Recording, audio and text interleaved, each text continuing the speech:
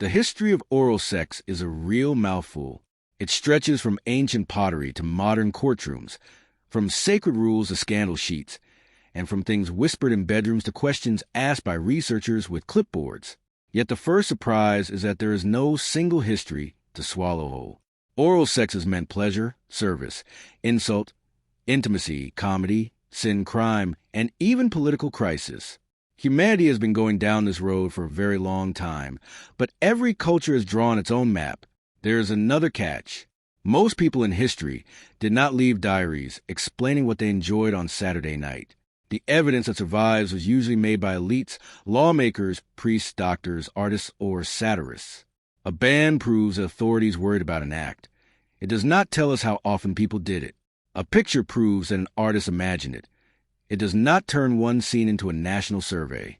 So historians have to keep their tongues in their cheeks and avoid making claims that suck the nuance out of the past. With that warning licked into place, let's begin in the ancient world. Sexual imagery appears in many early societies, but some of the clearest material evidence comes from the Moche culture of ancient Peru, which flourished roughly between the 1st and 8th centuries. Most ceramic vessels portray bodies, reproduction, death, and non-procreative acts, including oral sex. They are astonishingly direct, but their purpose remains debated. They may have taught, amused, ritualized, or symbolized ideas about fertility and renewal. The pots can show us what was representable. They cannot simply tell us what every Moche couple did after the kiln cooled. Still, as historical receipts go, fire clay is hard to blow off.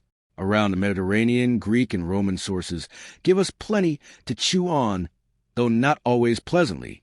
In classical literature, graffiti, lamps, and wall art, oral acts appear as both pleasure and ammunition. Roman sexual ethics were strongly shaped by status. The central question was often not whether a person desired men or women in the modern sense, but who was active, who served, and whether a free citizen preserved social rank. That hierarchy put the mouth in a peculiar position. Roman writers could treat performing oral sex as degrading, and accusations about a supposedly polluted mouth became a way to humiliate enemies. The surviving jokes are less a celebration of freedom than a demonstration of power. A citizen might boast about receiving pleasure while mocking the person who provided it. In other words, Rome could be orally fixated and tight-lipped at the same time. Women's pleasure was caught in the same double standard. A rare Roman lamp now held by the British Museum depicts oral intimacy between women.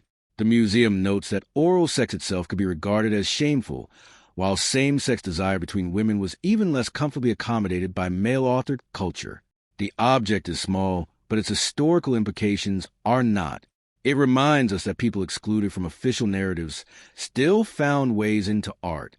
Sometimes the past speaks softly. Sometimes it leaves a lamp on. In South Asia, the Kama Sutra offers a different kind of evidence. Composed in Sanskrit in the early centuries of the Common Era, it is much more than the position manual of Western pop culture. It discusses courtship, marriage, urban life, desire, and the arts of pleasure. It also contains a section on auparishtaka, or oral sex, describing different practices and the people associated with them. But this is not a simple ancient thumbs up. The text records disagreements, social distinctions, and anxieties about respectability. It is descriptive in places and judgmental in others. Its categories reflect its own time, not a universal bedroom constitution. The important point is that oral pleasure was discussed systematically rather than merely hinted at. The Kama Sutra did not invent the act. It gave the subject some tongue space. Religious traditions then placed different moral frames around sexual behavior. Jewish, Christian, Islamic, Hindu, Buddhist, and other communities were never internally uniform, and their rules changed across centuries and locations. It would be a mistake to reduce half the world to one giant no.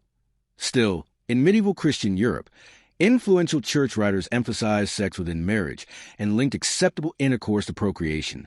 Penitentials, handbooks that assigned penance for sins, listed non-procreative acts, including oral sex. That sounds like the door slamming shut, but the very existence of repeated rules suggests that real behavior kept slipping under it. If nobody was doing it, clergy would not have needed so many words about it. The surviving record is therefore a strange confession. Official disapproval gives indirect evidence of unofficial persistence. The authorities tried to put pleasure on a short leash, but history kept giving them lip. Medieval Europe was also not the whole medieval world. Erotic literature circulated in Arabic and Persian cultural settings, while South Asian traditions continued to discuss pleasure through medical, poetic, and artistic languages. The tone varied from advisory to comic to moralizing. What we call oral sex today did not arrive as one sealed package. It traveled through different vocabularies, class systems, and assumptions about gender. The global story refuses to stay in one mouth. Japan's Edo period, from the 17th through the 19th centuries, provides especially rich visual evidence. Shunga, literally spring pictures, were erotic prints, paintings, and illustrated books produced in large quantities. They portrayed married couples, lovers, sex workers, same-sex encounters, fantasies, humor, and devices designed for pleasure. British museum curators emphasize that Shunga often showed concern for pleasure during lovemaking, including women's pleasure. That does not mean Edo Japan was an anything-goes paradise. Shunga existed alongside regulation, censorship, prostitution, hierarchy, and unequal power. It preserved a playful and sometimes practical erotic culture, far removed from the Victorian stereotype of a universally silent past. These pictures did not beat around the bush. They printed the bush, colored it, and sold tickets to the garden. Then came the 19th century, when Western medicine began giving sexual behavior a new scientific vocabulary. Here is a delicious linguistic twist. The acts were ancient, but the familiar English clinical labels were comparatively young. Merriam-Webster dates the first known English use of cunnilingus to 1864 and fellatio to 1877. Both were built from Latin roots, which gave doctors a respectable-sounding mouthguard for discussing indecent subjects. Naming did not automatically mean acceptance. Medical texts often classified non-procreative practices as perversions, symptoms, or moral defects. Law did similar work with broader terms such as sodomy, unnatural acts, or crimes against nature. These categories could cover oral sex and were enforced unevenly, frequently targeting same-sex intimacy, sex workers, and people already vulnerable to policing. The vocabulary sounded clinical, but the consequences had teeth. The 20th century changed who was allowed to speak. Researchers began asking ordinary people what they actually did rather than relying entirely on sermons and criminal codes. Alfred Kinsey's studies, published in 1948 and 1953, used thousands of interviews to challenge the belief that socially condemned behavior was necessarily rare. His sampling methods were later criticized, and his reports should not be treated as flawless national snapshots. Even so, they blew the lid off the idea that respectable public silence accurately described private life. The sexual revolution of the 1960s and 1970s pushed the conversation into magazines, advice books, feminist debate, gay liberation, and mass entertainment. Oral sex became more visible, but visibility did not guarantee equality. Popular culture often framed fellatio as something women owed men, while treating cunnilingus as optional, mysterious, or comic. That imbalance turned giving into a job description instead of a mutual choice. The revolution opened mouths, but it did not always listen. Women writers and researchers helped redirect attention toward female pleasure. The Height Report, published in 1976, collected extensive testimony from women about desire, orgasm, disappointment, and relationships. Its methods and conclusions drew debate, but its cultural impact was undeniable. It insisted that women could narrate their own experiences rather than remain supporting characters in someone else's happy ending. Cunnilingus began receiving more public attention, and the clitoris finally stopped being treated like history's best-hidden plot point. Law, meanwhile, was still catching up. In the United States, many states had criminalized private consensual sexual acts under sodomy laws. The Supreme Court's 2003 decision in Lawrence v. Texas held that adults have a protected liberty interest in private consensual intimacy and invalidated the Texas law at issue. The ruling was about same-sex conduct, but its reasoning rejected a long tradition of letting the state peer into bedrooms and grade the menu. By the late 20th and early 21st centuries, oral sex was mainstream enough to produce a new paradox.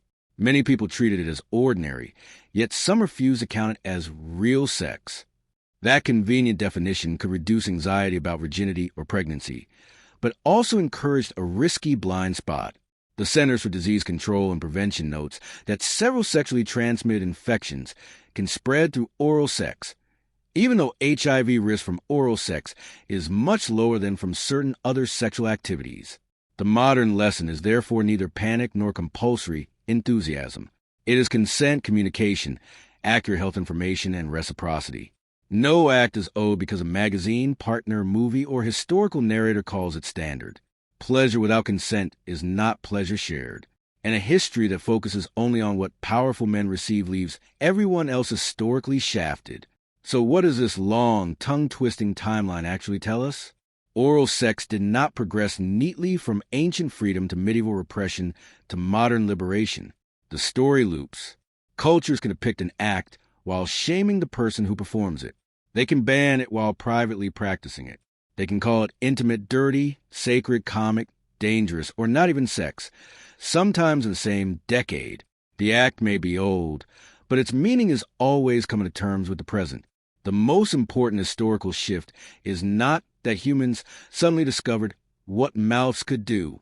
It is that more people gained the language to discuss pleasure, boundaries, health, and whose satisfaction counts. After thousands of years of laws, lamps, pots, prints, studies, scandals, and extremely suggestive Latin, have we finally learned to talk about oral pleasure honestly? Or are we still just giving history lip service?